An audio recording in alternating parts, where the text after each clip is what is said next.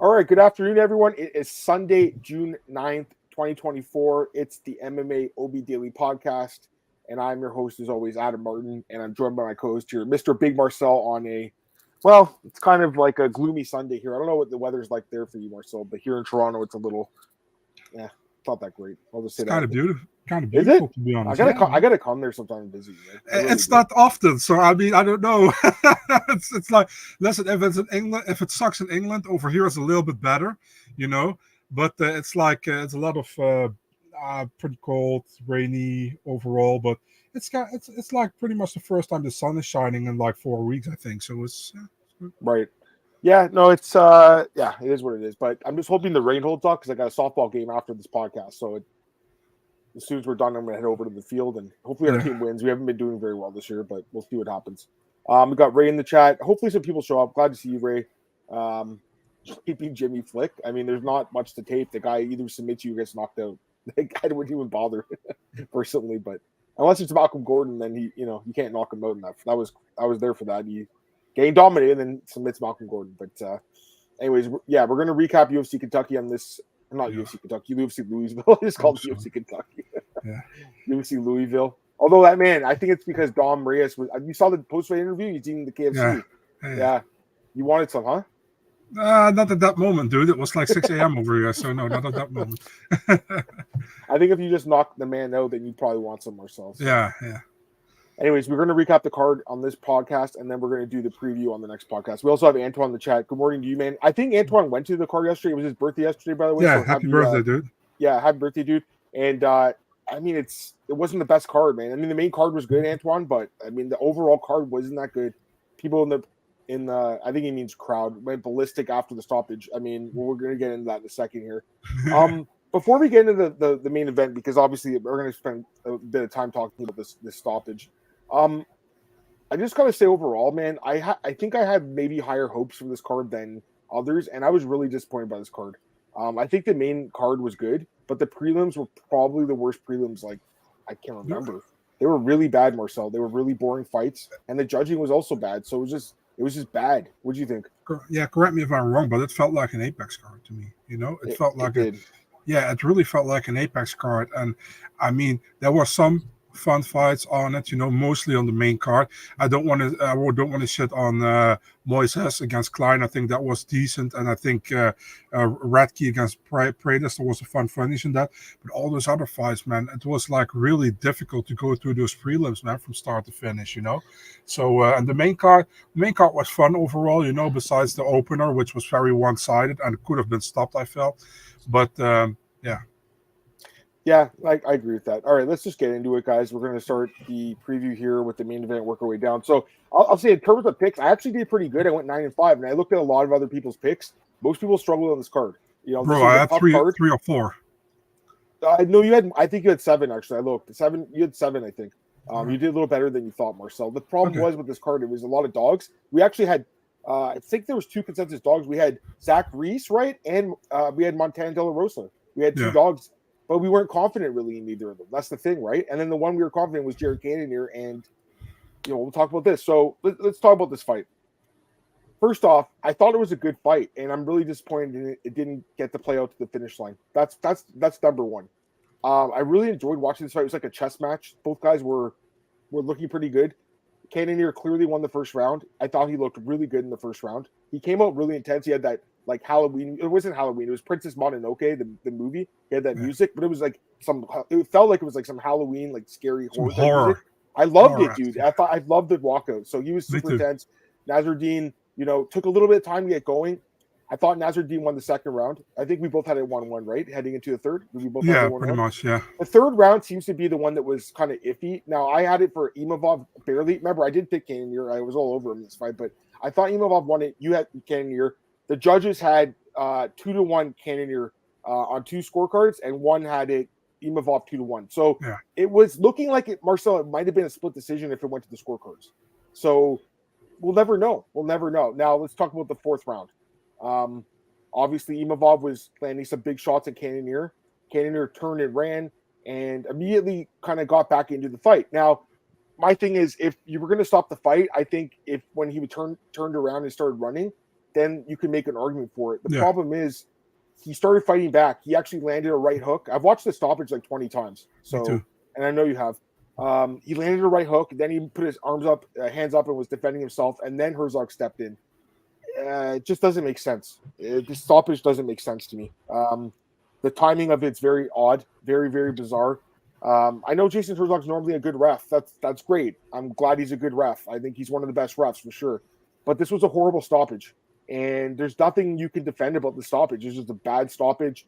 It looks like there's universal agreement about that, Marcel. Like, I think 99% of people are saying this is a bad stoppage. You're going to get 1% of people that are kind of playing devil's advocate saying, oh, it's not that bad, or, he wasn't intelligently defending himself. I mean, I just disagree. To me, this was intelligent defense. You know what wasn't, Marcel? Another fight Jason Herzog refed in April. Weili Zhang and Yan Zhanan. That's not intelligent defense, and he didn't stop that fight. So that's one of the things that bothers me with the sport, especially, is the inconsistency. I was actually talking to someone the other day at my bowling league about reffing and judging, and he was telling me, like, oh, I saw your tweet about Costa and Strickland. The judging's a joke, and I'm like, yeah, it is. And I said the judging is bad, and I said the worst thing about the judging is I don't think judging's that hard in MMA. I think the reffing's harder. So I do give these guys a bit of a pass sometimes, more so, because I think reffing's hard, but this just doesn't make sense. He didn't get dropped. He was recovering. It looked like he had recovered. He was fighting back. He had his hands up. I just don't get the stoppage at all. It doesn't make sense. It's a bad look on Jason Herzog, quite frankly.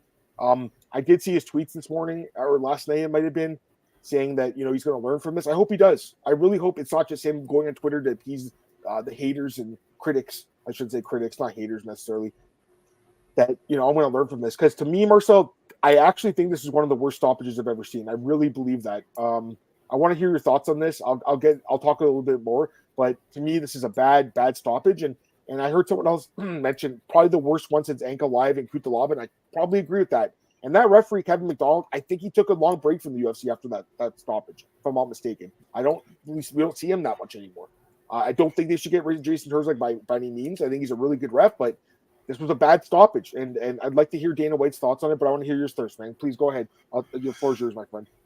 I didn't like the stoppage. I didn't say anything on it on Twitter, I think, but I said in the Discord immediately, horrible stoppage. The thing is, like, first of all, you take away also from Imavov's finish, because it's taken questionable now for people. They say, what happens if it continues? Listen, if it continues, maybe 10 seconds later, Imavov knocks him out clean, and we don't have this discussion. Maybe Cannonier recoups and gets a second win or whatever. We never will know. You know what I mean? So, and also you take away probably Jared Cannonier's only chance to get back to a title shot now, because he will not get another title shot anymore. I think he's 40. I mean, it's pretty rare to get it even later at 40. It's possible, but it's really rare. So that said, I think it was a bad stop. It just was way too early. And like you said, when you run away at that moment, if you stop it then, okay, I can see it, But at that moment, it was a bad stoppage. And for both, I feel bad. I feel bad for Jared that he got stopped early, but at the same time, also Imavov got, like I said. But listen, I always get bothered by these fighters when the interviewer asked, like, "Do you think it was an early stoppage?" Yeah, he's a well-known referee, so he knows when to stop the fight. I was like, dude, just be honest. If it was the other way around, you would have said also that it was a bad stoppage. So. It doesn't take away anything, in my opinion, from Imavov, because I think he did well. He came back very well after that first round. So, but just be honest, and I think Cannonier handled it with class. He just, he said to the referee that it wasn't a good stoppage, but he didn't through whatever, and he gave Imavov, he shook his hand. He said congratulations, and he walked out. So all class from Cannonier, in my opinion. I don't know. I think many fighters wouldn't have handled it that way, but overall bad stoppage. I think Herzog normally is one of the better referees, although I gotta say, as of lately, he has some questionable stuff going on in the octagon, and I don't know what fight it was, but recently it was another one. But hey, it is what it is, it happened. Do you know what fight it was? I'm gonna look on Sherdog because they actually track the refs. I'll take a look quickly. But yeah, I mean, again, he's a good ref, but it doesn't give him a pass for having a shady night. I mean, really, Like, or shouldn't say shitty night. I mean, it didn't seem like he was, that bad otherwise. But this was just bad. I'm trying to see what. Do you know what fight it would have been? No, I'm gonna check. Maybe that I see it. Was it a finish or was it like a decision or? I wish I could tell you, but I remember there was a fight that I was really annoyed by, which he also reffed, but I don't know which one it was anymore, man. I have to think about it. We've seen so many fights, right? that we barely. There's tons. I mean, listen, I'm looking at Sherdog right now, and he's reffed a lot of fights this year. Yeah, very many. And he does a good job. This is just bad though, guys. And again, I think you made such a good point about Imavov. Because was it Chablis Pitbull? That one? I'm not sure. Bellator. Let me tell you, Marcel. I think you made such a great point though about Imavov because people are going after him now, saying, "Dude, you would have lost on the scorecards because he was down, right?" Like, if this fight goes to 5, he might lose a split decision. We don't know. We'll never know. It just takes away from his performance because Imavov looked good in this fight, dude. He looked really good. Yeah, he looked really. This is his best performance by far. You know what's crazy? After the first round, he was like on his coach's, like he was holding the coach's shoulders, Marcel. I was like, holy shit, this dude's gassing already. Like I couldn't believe it. He after that he looked better than ever. Yeah, I don't know. It's just bad. And listen, this is not. Someone messaged me last night and they said, did you have money in Cannonier? Is that why you're saying this? I said, I picked him, but if you look at there's like that highlight thing going around Twitter. My tweet is right there on the highlight. Did you see that? It says Adam Murray. Yeah. And I had Imavov winning the fight. I had him up on the scorecard at that point. I watch these fights as unbiased as possible. There's no point in me watching the fight and being like, oh, my guy's winning. He's dominating. He's winning 30-27. There's no point. I'd rather just be honest with myself. You know what I mean? I always think those weirdos, dude, on the internet. Nothing like, with my money. No, I don't. Did you have money on it? Are you a friend of his? Are you this? I was like, dude, you have to go to some other accounts who probably are like, oh, he won while he didn't win. You know what I mean? For example, not us. And nothing to do with that. For me, I just want the right things to happen in the sport. I understand that there's refereeing is hard. Like I was telling someone the other day, I was like, it's a game of inches. Like it's a game of inches. You know what I mean? Because just say Imavov landed one more clean punch, maybe Cannonier falls, and then it's a great stoppage. Then it's like, holy shit, this guy's amazing. But it wasn't like that. He stopped it right when he had his hands up like this, Marcel. It makes no sense. He actually landed a right hook right before that. He landed a right hook. It just makes no sense. And who knows, like you said, maybe Imavov would have been gassed out and blew his gas, his energy after that, Maybe Cannonier comes back in the 5th round. It would have been tied on the scorecards. It would have been tied. Maybe Cannonier has a huge 5th round. We know he's got good cardio. Anyways, yeah, I mean, for me, it's, Cannonier, Marcel, he's 40 years old. Yeah. Had he won this fight, he was right in the mix. Yeah. But now he's done. His career's, I think that's what bothers me. It's like a career-changing loss. And it's not really deserved. If he had been knocked out, it's like, okay, this guy's 40, he's done. But it wasn't like that. He was actually up on the scorecards according to the judges, and it was a close fight. And, both guys look good. I think it was a good fight. I think both guys look good, honestly. I think it was a really good fight. Very high-level fight. And he loses half his paycheck, too. We should mention that. I mean, the whole... Honestly, Marcel, aren't you sick of this whole win show model? For a long time, dude. For a long time. I got to mention something, Adam. Before people saying like there shouldn't be any how do you say that sympathy with like but he's 40 and this was his last chance. Listen, if it was a clear stoppage, no, for sure. You listen, man. If he got knocked out or he got actually dropped or whatever, and no problem, But I mean, we just feel bad for the dude that he had to suffer this stoppage while this probably now his career is over. I mean, he only is going to get another title shot when they're with like, and it's not even comparable, like Poirier last time, when nobody else is available and the champion wants to fight, and he fought recently and he got a win, for example, that's when he gets another title shot. But right now it's like, yeah, it just sucks, And what you said about those show win money, yeah, I also don't really believe in it, dude. It's like, why should 3 random guys decide if you win your win bonus or not, if you go to a decision? It's so stupid. Yeah, and there's one really random guy we're going to talk about later on the Ione Amanda fight, right? But we'll save that for now, okay? Let me get some comments here.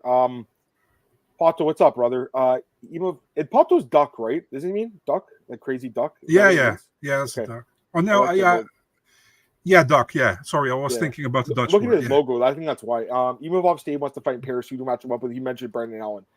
Well, I mean, ideally it'd be a rematch. I think that's ideal, but it's not gonna. I don't think a rematch is gonna happen. You? I would match him up against Brendan Allen, man. Okay, that's a good fight. I mean, I'm fine with it. Would that be the main event or? Yeah, in the Apex probably. Oh, no, he's saying UFC Paris. I guess. Oh no, main event. Gone is. I've heard something behind the scenes, but gone into Tabura. Is that the? That's not what I heard, but okay. I just assume that Tabura will fight him. I'll tell you off the record, dude. Sure, we'll talk about it later. I also assume BSD will be on that card.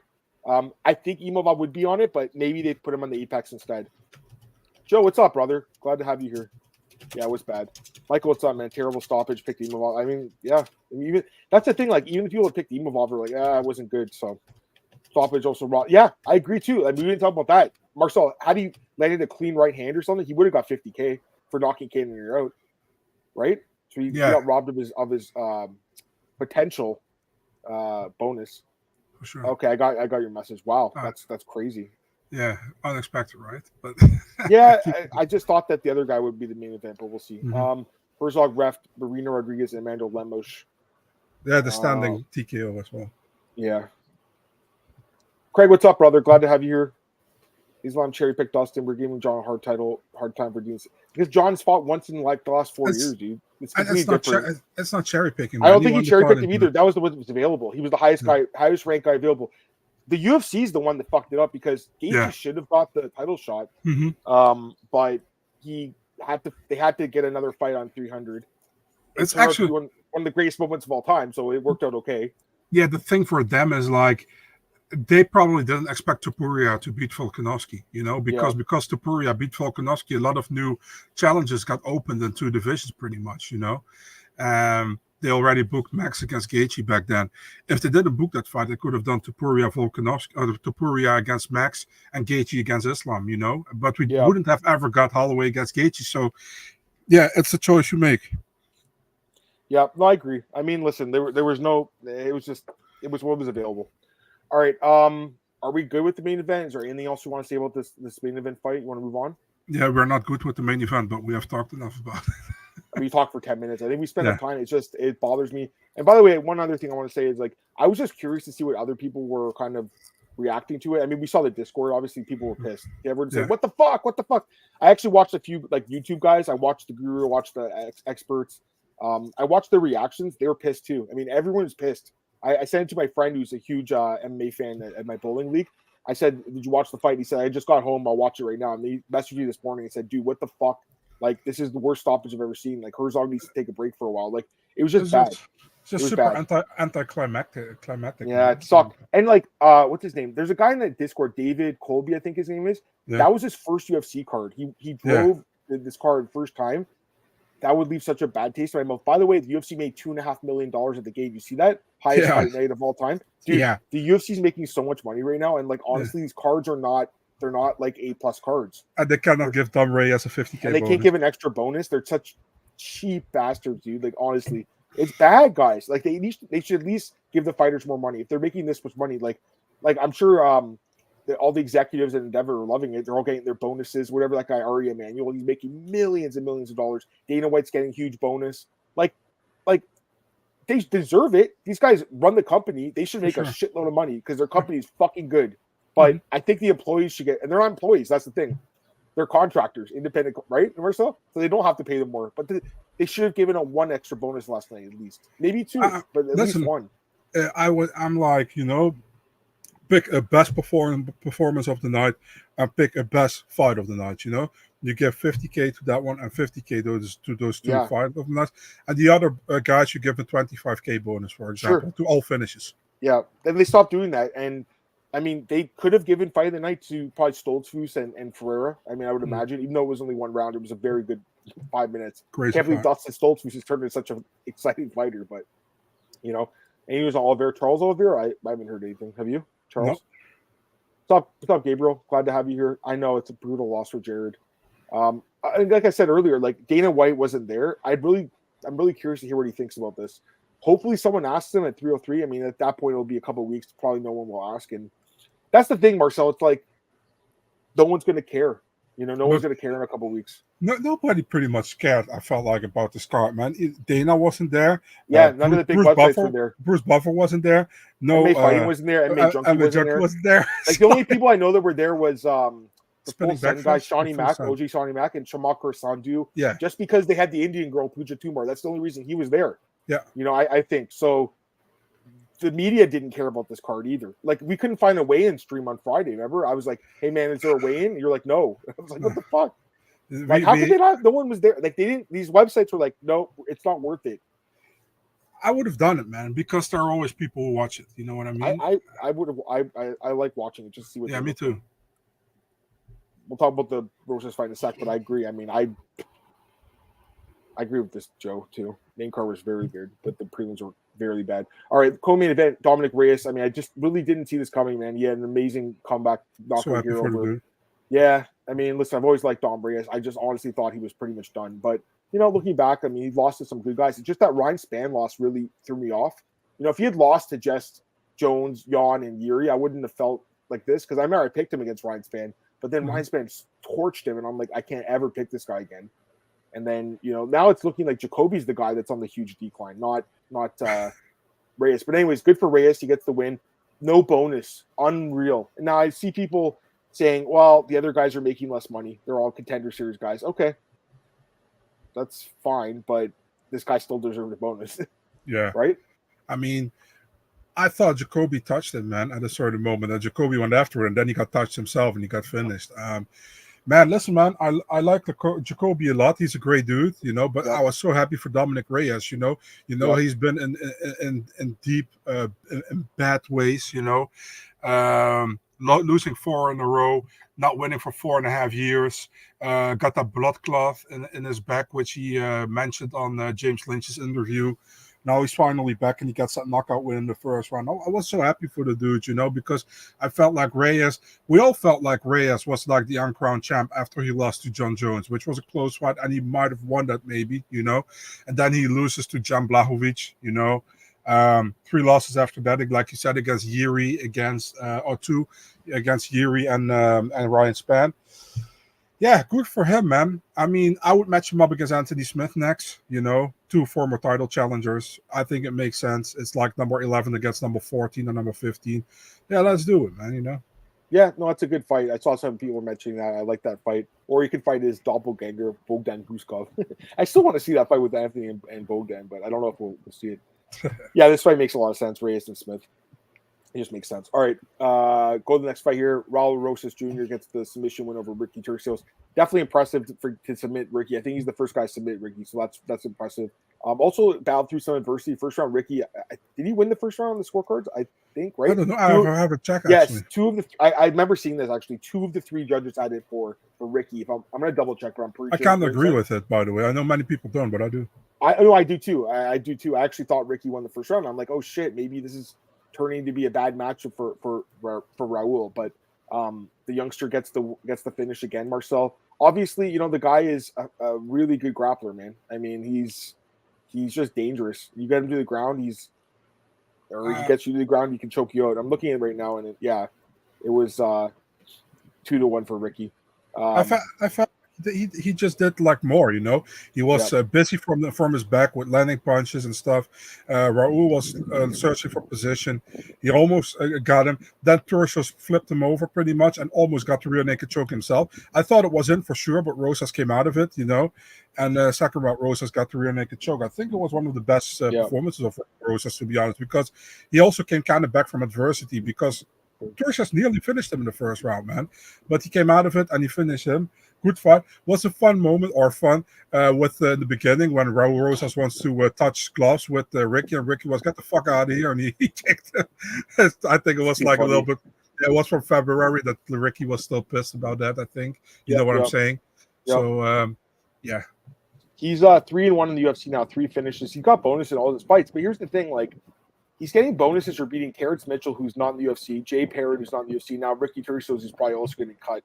They're just throwing bonuses at this kid, and part of me is like, okay, it's good because he's young and he can use this money to like get a better training camp and improve himself. I get that, but at the same time, why is he getting a bonus for beating all these like guys that aren't even on the going to be in the roster tomorrow?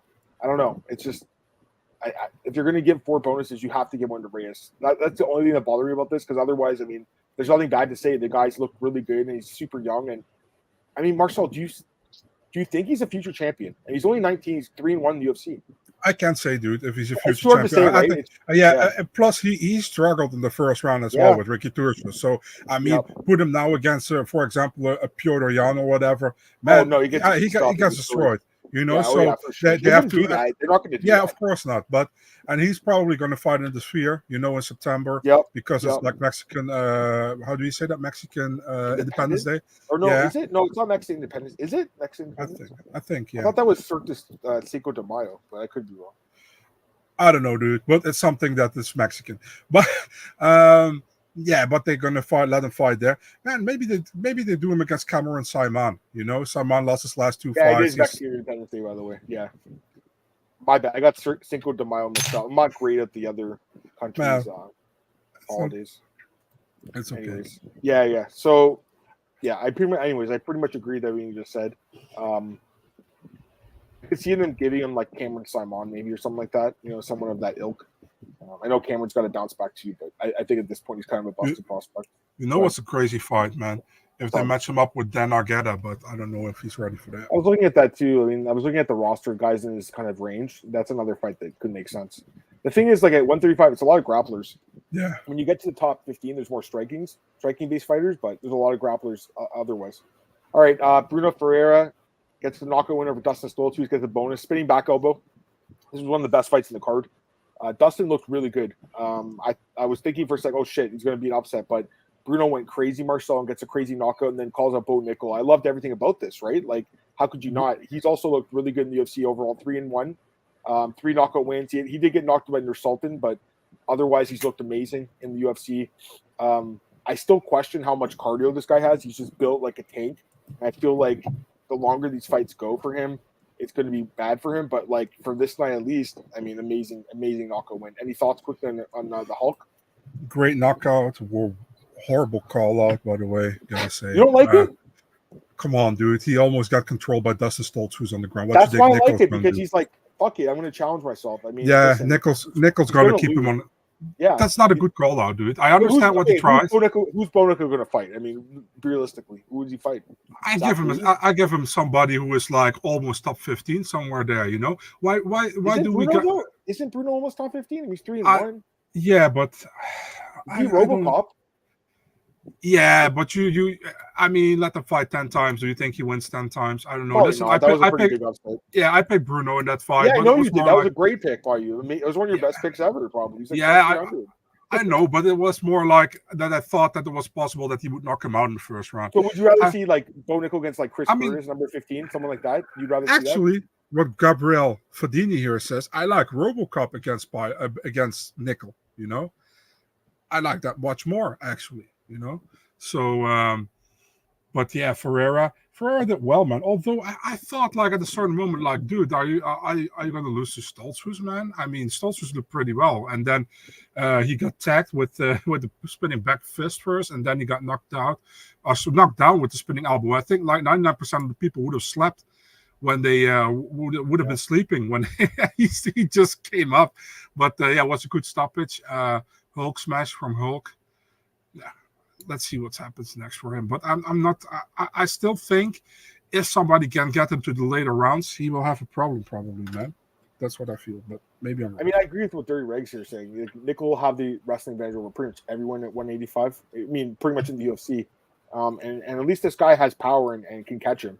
And it's a step up on Cody Brundage. I'll just say that too. So, and speaking of Cody Brundage, the guy that he just knocked out last year with a slam, Zach Reyes, gets back in the win column here, Marcel, with a 20-second knockout over Julian Marquez. We both picked Zach Reyes last week. You can't pick Marquez. Actually, Marcel, I hate to say it because I really like Julian. He's a super cool guy. I think that's it for him in the UFC. Do you think so? Yeah, man. I think he... I mean, what can you say over a 20-second fight? You know, not much. But I mean, Zach Reyes pretty much hurt him with the first real punch he hit him with, and he was done. Yeah, we'll see. I'd be surprised if the UFC keeps Marquez around. I wouldn't be against it, Like I said, I like him as well, like you do.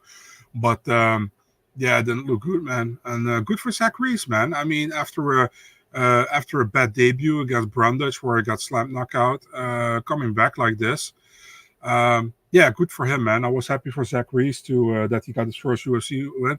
And man, dude still has like 100% finishes in the first round, in his MMA career. So yeah.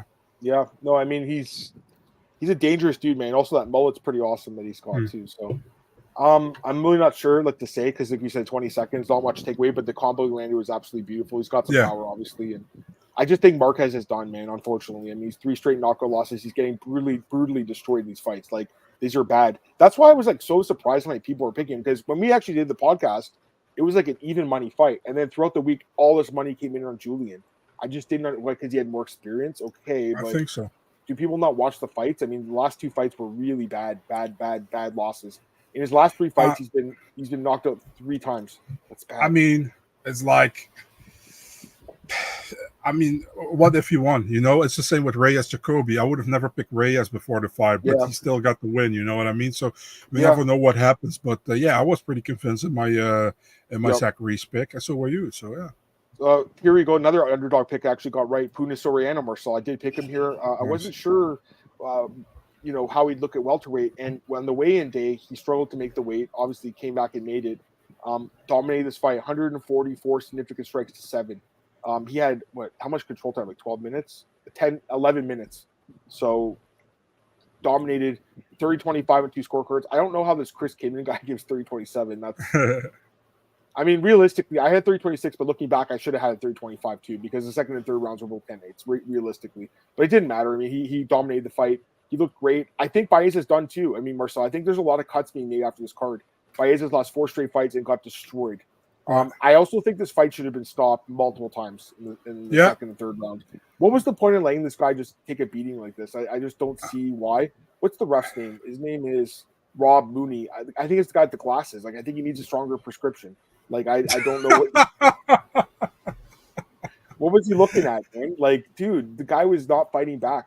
This, to me, is not intelligently defending yourself. I don't think it is. Like, to me, you're talking about the main event. This is way worse.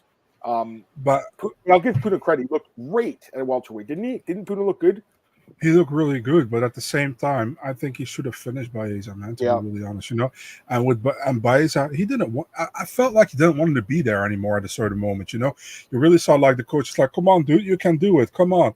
And he was like, he just didn't felt to in his place there, I felt, And I mean, it sucks because I always thought that he was a really good prospect, when he came in the UFC. He was fun to watch, and what a lot of people say, maybe that Santiago Ponzinibbio fight broke him, because after that he hasn't been the same. Caramel Thunder? Yeah. And I like when he does that thing on the scale when he does that. That's pretty cool.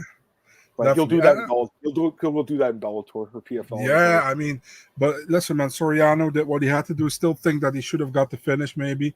But yeah, good for him that he got to win his debut at welterweight. And let's hope for Puna that he can put some wins together, Dude, I've always liked Puna. Ever since I saw him a contender, I've always thought he's an exciting guy. He's got big power. He has wrestling. He just never used it, right? At 185, he couldn't.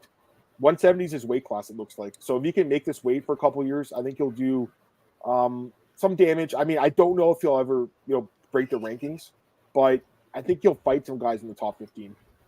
But we'll see what happens. All right, let's go to the prelims here. Speaking of guys that change weight classes and look amazing, Ludovic Klein, Mr. Highlight, Marcel. Ever since he moved to lightweight, has looked absolutely outstanding. He's just looking incredible. So that Nate Landwehr fight, after that, really changed his career. I think he moved up in weight, and since then he's undefeated, 5-0-1. Thiago Moises is a really good win, I think. And I thought Klein looked really good. I mean, he dropped him twice. He actually had the takedown. He didn't really get tagged at all. This was just a clean performance. Very clean performance by Mr. Highlight. I'd like to see him fight a top 15 guy. I think he deserves it. I'd like to see him fight someone like Dan Hooker. To be honest with you, I think he could beat a Dan Hooker. I think that's a good stylistic fight for him. He's such a good striker. and his wrestling's good too. So it looks like he's found his weight class. Again, we always talked about this. So many fighters try to cut so much weight, and then that Mora chick earlier, she's a perfect example. They just cut so much weight and it depleted. Mm-hmm. Then they move back up to their weight class where they're not cutting that much weight, and they look better than ever. So, again, you got fighters like Puna that were in the wrong weight class, they move down, they look good, but you have got a Klein that moves up. So every fighter's different. But any quick thoughts on Mr. Highlight? Because I thought he looked outstanding, man. I mean, Moses is kind of like your way to the top 15 if you beat him. He's so close to the top 15. I think he's pretty much number 16 or something. Yep. So a good win for Ludovic, man. I mean, there was like he didn't get in any trouble besides that knee bar at a certain moment. In the first round, that was I think the only time he got into trouble in that fight. But he get out of it, and overall he won that whole fight. He knocked him down twice, like you said, in the first and in the third round, I think it was, and. Yeah, man. I mean, good performance from Ludovic, man. And give him somebody in the top 15. I'm all for it. Yeah, I'm surprised Thiago even survived, because that first knockdown where his leg started wobbling, I thought he was done then. Yeah. The ref let him, continue. That's the thing, right? And the ref lets him continue. What ref was in this fight? I'll double check. George Conley. That's another ref I don't really know a lot about. He didn't do a bad job though. He did okay. Do you guys think the performance UFC was favored Klein to fight to get a ranked guy over Dawson? Probably. Grant Dawson's a hard fight for him if they ever did that. But this fight I like though. Jalen Turner and Klein. That would be a fun fight. I like that one. Fiziev. Well, we'll see what happens with Fiziev. They'll do everything possible not to let it happen. Say management, man. Is it? Is the same? He's with Ruby. Yeah, both. He is. Yeah. Oh, I didn't know that. Nice. Carlos Prates defeats Charles Radke by knockout. I think we both picked him, right? Or no, you picked Radke. You had Radke, right? Yeah. I like Prates, dude. I think he's just a really nasty striker. He's 2-0 now in the UFC, 2 knockouts. Man, I mean, the guy is just a nasty Muay Thai fighter. He hasn't really been tested in these fights, though. That's the thing. Like, I thought Radke would test him with the wrestling, but Charles wanted to stand and trade, which kind of was surprising a bit. Dude, I like Prates a lot. Also, I mean, there's the clip going around. He's smoking a cigarette after the fight. It's hilarious. Like, I always Muay Thai fighter, Marcel. Yeah, I always love it when I pick the grappler in the fight and he tries to stand and bang with the Muay Thai specialist. I absolutely love that. It's like when I saw that, I was like, yeah, great pick. And then he got knocked out. Yeah, I mean, well done by Prates, the chain smoker. Good win for him. Let's see what's next. I still have my doubts, and that's because of the first fight against Trevin Giles. He won that by knockout, but before that, he was losing. Let's see what's next. A lot of options for him. Still, it's only his second fight in the UFC, so yeah. No, I agree. Deserved bonus, by the way. Pardon? Deserved bonus, by the way. Oh, yeah, nasty knee to liver. Beautiful shot. Beautiful shot. I like this kid. I think he's top 15 potential, 100%. Right? Like I would think he's going to be 31 this year. He's not really a kid, I shouldn't say. He's just got so much experience on the regional scene. Mm-hmm. I feel like he's been submitted a few times before, so like the ground game is going to be a question mark. But if he can keep the fights on the feet, I mean, it's going to be hard to beat this guy. He wants to fight in Australia. I think he said his daughter. Lives there. Yeah. Lives there or something. So I guess from our previous relationship. I'd like to Jake Matthews. Yeah, someone said that fight would be okay, but I actually think he could fight Neil Magny. I think a ranked guy is fine. I think he deserves it. He's only 2-0, but it's so impressive, man. Go ahead. There was no thing to put that in Perth. You know what I mean? No, then do Jake Matthews. That's fine with me. I'm good with that fight. I think Nolan, was the one that tweeted that. I think he was smoking a cigarette. Finally got a bonus. Yeah, I loved it. Actually, I saw his interview with Shawnee Mack, and he's like, brother, he's like, I do things I shouldn't be doing. I drink, I smoke, I party. Like I shouldn't be doing this stuff. Like this guy's a joker. I love him, dude. I really like this guy. I think he's one of the better guys from Contender Series. I think it was last season, right? I think he's one of the best guys. Brad Katona versus Jesse Butler. I mean, I don't even want to talk about this fight. It was so boring to watch. Brad Katona won, but it was shit. It was a terrible fight. Anything? Typical Katona fight. When he fights somebody who is not as good as he is. He's only had one good fight in the UFC. It was Cody Gibson. That was an amazing fight. That was last year. Other than that, Marcel, there's no exciting fight this guy's ever had in the UFC. Mm-hmm. Actually, to be honest with you, I think if he had lost this fight, he would have been cut. This is his fourth fight, I think, on his new contract, but I don't know how long the tough ones are. They might be 6 fights. I'm not sure because he won tough. Yeah, well, this beating Jesse Butler doesn't really say much to me, though. Does it say much to you? Like, no. If he maybe had to finish them early, maybe, yeah. But he just, I don't think Dana White and the matchmakers are thrilled by this, No. We both picked Montana De La Rosa as an underdog to beat Andrea Lee. Split decision. I don't agree with that. I mean, I think Montana clearly won round 2 and 3, right? Don't you think? I agree. Tony Kelly doesn't, but I agree. Tony Kelly's an asshole. I mean, he's just such a bad guy for the sport. I think that's it for Andrea Lee. 5 straight losses. So much. There's always some controversy with this girl, with Tony Kelly, with her ex-husband, the Nazi dude. It's not her fault necessarily that these guys are such assholes, but at the same time, like, she's just not performing either. So it's just like it's just not good look. She's 5-5. No, sorry, she's 5-8 in the UFC. Marcel, she's done. She's getting cut, right? Yeah, I think so too. Yeah, and I think it was a good win for Montana. She won the second and third round. Yeah, she looked pretty. She looked improved, right, when they're striking. Yeah, I think she looked better than normally. This was like, and by the way, I called it. That's like this fight screams split decision. Yeah. Sure so Montana's 6-5-1 now in the UFC, by the way. So also not that amazing, but I mean, at least she has a positive record. And yeah, and the other thing I really want to quickly say is, like, everyone was saying, well, Andrea Lee's only lost to really good fighters, but so is Montana, though. It was the same thing with Montana, other than maybe the Aldrich fight. Like, the other fights are all good losses to have, really. So, yeah, I listen. Realistically, Marcel, she'll probably only have like maybe 3 or 4 more fights in the UFC. But this was a good win for her to get back on track. What are you gonna say? I mean, that conversation after the fight, that was fun. Yeah. Like when Kelly said, "You guys know you didn't win," and Montana was like, "What the fuck you're talking about?" That's fucking delusional. Also, he made out with his girl in the corner. He kissed her. That was Andy Wynn also give her a kiss, but. Did you say? Listen, like, Tony obviously loves Andrea, so that's good for them. But like, okay. as like, I don't know, man. This was a weird fight because you had one girl who had her boyfriend in the corner, and then Montana and her husband, Mark De La Rosa, as her head corner. Like, can they not get actual coaches? Like, I don't really understand it. Like, you're fighting for your career, and you have Tony Kelly as your lead cornerman. What do you think about that, dude? I don't know. If it works for you, you should do it. If it doesn't work, you shouldn't. I think, As long as she has Kelly in the corner, she won't be good. Yep.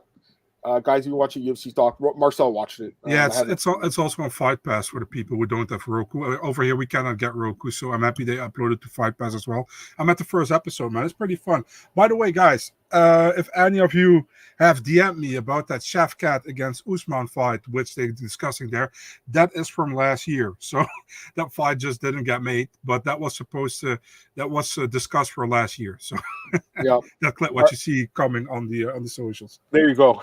I was curious myself. All right, we'll go to the last couple of fights. Daniel Marcos, I thought he looked great. He beat John Castaneda. Marcel, what do you think of his performance? I thought he looked phenomenal. Dude, I expected Sexy Maxi to do better. You know what I mean? And I think his best shot was 10 seconds before the end of the third round, that head kick. But besides that, man, Marcos looked great. He really looked good. Amazing performance, man, complete performance. Didn't got the finish, but he looked really good. I think one of his best performances in the octagon. And I underestimated Marcos here, man, in this fight because I picked Sexy Maxi, but I think Marcos did great. I think Castaneda's a good fighter, but I think Marcos is the real deal. I think he really is. I would like to see him fight. Right now, he's 3-0-1 in no contest, I should say.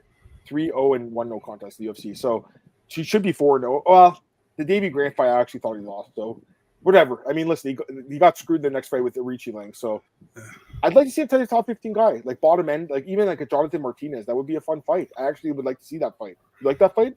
Yeah, why not? I mean, the thing is with bantamweight, it's so fucking stacked. Even somebody who was between 15 and 25 is good. Really good. And Marcos probably is at the 15-25 position somewhere. I think so too. Yeah. I really like this guy, man. I think he's like, when they should go to Peru.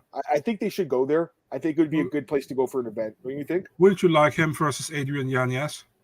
That would be a great fight. That's a great call. Yeah, love that. I love that fight. Me too. Is Yanez, is he ranked now or is he out of the rankings? He's not ranked right now, but I mean, I think he's close as well. Yeah. Because to be honest with you, Adrian, he's I don't know what to think about him anymore, but he's still like highly regarded. So Yeah. it would be a good fight to see where Adrian's still at too. All right, next fight we had. I mean, this fight was not very good. Denise Gomes defeats Eduardo Mora. I definitely thought Gomes won. The Mora scorecard by Chris Kinman was horrible. Giving her rounds 1 and 2, that's bad. Especially round 2. I mean, it was clearly Gomes' round. Yeah, good for Gomes. She gets the win as a underdog. Mora missed weight. Second time missing weight. Looked horrible in the skill, like a zombie. Marcel. There's no way she's fighting a strawweight anymore, right? There's no chance. She walked out to zombie from the cranberries. Did she actually? Oh my Yeah. god, I didn't realize it. Dude, she looked terrible though in this fight. Like she was so gassed. Like it was like this fight was in slow motion. I thought both girls honestly didn't look great, to be honest with you. It wasn't very good. To be honest, I felt like that Mora thought that she could get Gomez easily to the ground and dominate her there. You know, you saw in the first minute or first second, she immediately went for the takedown. She almost got finished by guillotine, man. Yeah. You know, and after that, pretty much in the beginning, yeah, she could get her to the ground, but Gomez was just too skilled. I felt like, you know, in a certain moment, Mora was super gassed, and yeah, I mean, Gomez won the fight. Wasn't a pretty fight to watch, you know, but yeah, it was a win for Gomez. I think she won 2 of the 3 rounds, so maybe even 3 of the 3. I gave her 2 of the 3, but yeah, good win for Gomez. Yep, agreed. All right, next fight. No, I'll take away from this one either. Not the most exciting fight. Taylor Lapilus defeats Cody Stamann. I mean, he did what he had to do. Exactly. Actually, I thought this fight was, I think, one of the easiest fights to break down the card because Taylor has great takedown defense. Cody went 1 for 6 in takedowns. And then on the feet, he outlanded him 100 to 59. So easy win for Taylor Lapilus. He's another guy, right? Like just outside the top 15. Actually, him and Daniel Marcos wouldn't be a bad fight either, to be honest with you. Like, that would be a decent fight too. I do think Marcos is kind of like, I think he was more impressive, so he'll get a better step up, but it wouldn't be a bad fight. What are you going to say? Yeah, I think Lapilus is a little bit further away. He recently lost to Farid Basharat, right? So, They'll put him on the France card, I would imagine, right? On the Paris card? Yeah, for sure. Why wouldn't they? You know, it would be stupid not to. And there are so many guys that can match him up against, you know. So yeah, there's tons of guys in the division. And then opening up the card, Puja Tomar defeats Hayani Dos Santos, split decision. I think it's a bad decision here by the judges. Salvi Amato actually had probably the best scorecard, 30-27. I had 29-28 for Dos Santos. Listen, it was competitive, but I just, 29-28, Derek Cleary is pretty bad, but the Matt Jones scorecard, 30-27, is just horrible. And then after the fight, I don't know if you saw, Hayani Dos Santos said Matt Jones is a fighter. I looked him up on Sherlock. Did you see this? No. Oh, you didn't see this? No, okay, so if you look at her, I think it was on her Instagram, she said, Matt Jones is a fighter from Texas, and he recently just got his license to be a judge in Kentucky, like in April. So he's a brand new judge. He's also a fighter, apparently. She said that she knows him from the Texas regional scene. She doesn't like her, so there's some personal beef apparently. Okay. To me, if you're an active fighter, you shouldn't be reffing or judging fights. Like I'm all for retired fighters doing it, like Chris Lieben, Frank Trigg, etc. Marshall, I think that's great. But if you're an active fighter, you should not be reffing and judging fights. What do you think about that? Yeah, I kind of agree, man. Because you have, and even when you're a former fighter, they got to watch a little bit of a bias. Yeah, you remember when Ricardo Almeida was like a judge, and nothing against him, but he has ties with Frankie Edgar and that kind of guys, So it's difficult. Remember when Previn Giles got that scorecard over James Krause back in the day, and actually he got the black or brown or black belt from the guy who judged the fight. There was another bad one way back in the day, Clay Guida against Hatsu Hioki. I don't know if you remember that fight, but like one of Clay Guida's like friends on Facebook was one of the judges. Someone found it out. They're like, hey, this guy's friends with Clay Guida on Facebook. Like, what the fuck is this? Right? So they need to vet that a little better and make sure that doesn't happen. But honestly, this fight was pretty low level, wasn't it, Marcel? This fight? I don't understand where all the cheering and happiness from some people came from, Everyone's happy Puja got the win because she's the first Indian girl to win. I could care less what country she's from. I just want to see a good fight. I said on Discord, man, this feels like LFA prelim, and I felt like Amanda Dos Santos clearly won the fight, So when I heard the judges' scorecards or the names of the judges already, I was like, oh fuck, we're getting a split decision again. Yeah, man. I mean, I don't know, man. And people celebrating the Tomar win because she's from India. It's just weird, man. It's like, why are you going to celebrate a fight that she shouldn't have won? It's like so weird. I don't understand that kind of stuff. Completely agreed. I don't really understand it either. All right. Out of 10, I always ask you this. Give me your honest ranking on this card out of 10. It's really easy, man. I give a 7 for the main card, and I give a 3 for the prelim. So we're gonna go to a 5. I have the same score. I have the same rating, 5 out of 10. Right. This was about as average of a card. I actually think it was one of the worst cards lately. They really stacked the deck for UFC 300, and the cards after that have not been that great. I mean, that's the honest truth. I mean, Paratas and Klein pretty much made sure that I didn't give it a 1 for the prelim. And I think Marcos too, a little bit, right? Yeah, okay. But man, those first 3 fights were so bad, dude. And then Montana was a bad fight. You had 6 straight. By the way, at one point, Marcel, there was 19 straight fights with decisions in the UFC. Yeah. And we're wondering, are these new clubs ever going to produce knockout? You get a knee knockout to end the streak. Yeah. And realistically, I mean, the other one was an elbow. The only real knockouts were Reyes and Reyes, because the Imavov was not really a knockout. I mean, it was. Yeah. So I don't know. I'm not buying the whole glove thing. I thought it was funny. That's why I tweeted it. Yeah, me too. This is not, but realistically, it was just kind of a bad run. But the truth is, they really stacked the deck for 300, and these cards have really suffered since then. Yeah. The next card we'll talk about in 5 minutes at UFC Vegas 93. You know, it's not great either, man. I mean, you have you're having a lot of fighters that are kind of on the borderline of being cut. Really weird bout order. Really weird. It's very weird. Josh Van is buried on the prelims. I don't. Yeah, but also, dude, you had like Brady Hiestand against Garrett Armfield as the main card opener, and out of nowhere you switch it with Josh Quinlan against Adam Fugit. I'm like, Adam. I mean, I like Adam a lot. He's got the same name as me, and he's 35 too, right? So beautiful really last name. Yeah. Oh yeah, but I don't. I know what you mean. I don't get I'm just saying he's not a prospect. So what's the point? Like, and then I'll say this: the Saudi Arabia card is ridiculous. That card is good, but they got a lot of money for that. That's why. 303 doesn't look great to me. And Laura Sanko, I really like Laura. I think she's great. She sounded like Dana White last night, like going through the card and be like, "This is such a stack card." It sounded like Dana White when he used to go with Joe Rogan right before. Remember the last fight? Yeah. He would have the before mic the pay-per-view, right. And Dana would be like, "This card's stacked, and this fight's amazing." And that's what Laura sounded like to me. It sounded like she was trying to sell the card really hard. And I think if you're a fan, you kind of know that it's not amazing, you know. So they got to keep it real, man. But they're like company people, you know. So they work for the company. Quite frankly, I'd probably do the same thing, you know. So I get that. Listen, Paul Felder. Oh, go ahead. I tell you, I can't do that shit. You know, if I think it sucks, I'll say it sucks. You know, I'm not gonna be like, oh, yeah, I know, dude. I was gonna say, shout out to Paul Felder. 100 events called. I can't believe it's been 100. Oh, nice. Amazing. Nice. Yeah. I like Paul a lot. It's kind of a weird comment. I don't know what he said. Oh, in the beginning, I think the corner of Pusha Tomar, they were like, girl, you're from, they said a random city in India. I don't know. You're from there.